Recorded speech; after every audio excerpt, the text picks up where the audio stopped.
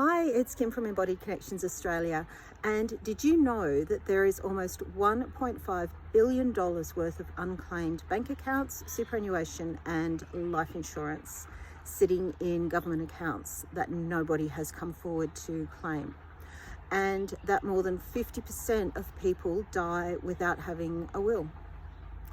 Something else that you may not know about me is that I was a solicitor for almost 20 years before retraining as a counsellor and now a death doula. So one of the things I love is being able to combine my legal experience with my counselling and my doula work to help support people and help them understand and navigate the legal and other issues that come with end-of-life consulting.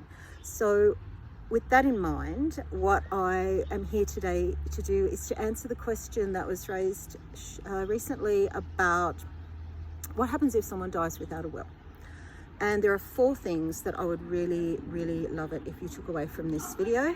The first one is that if you happen to die without a will, the government won't automatically take your assets, but there's a much higher risk that they could end up as part of that $1.5 billion of unclaimed assets.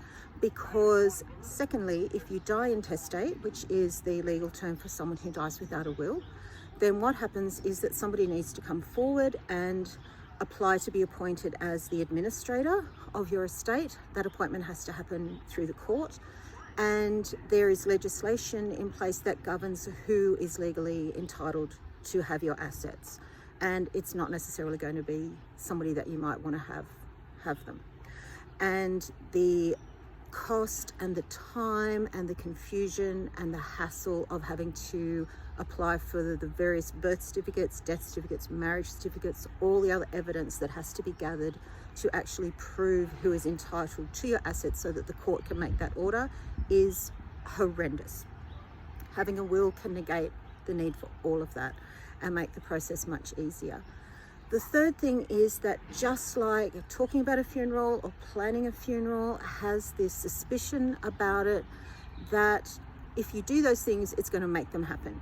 And you can't talk about your funeral, you can't start thinking about your funeral because that's going to jinx you and that's going to make you die. That's not true. And it's also not true that having a will is going to make you die.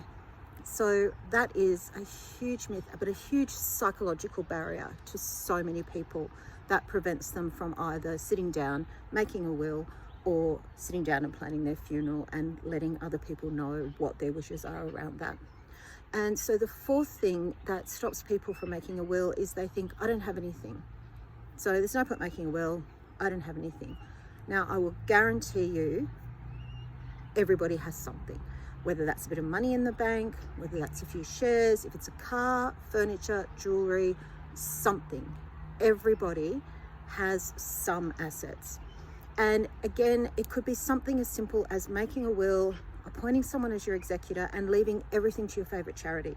It could be that simple. So it's not complicated, and it's something that will make such a huge difference when you do go, in terms of you being able to decide who gets your things when you're not here.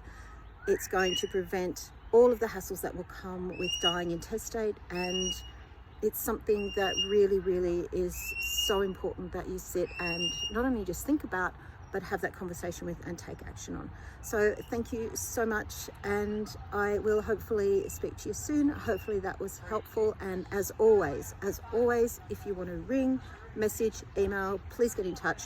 More than happy to continue this conversation. Much love. Bye.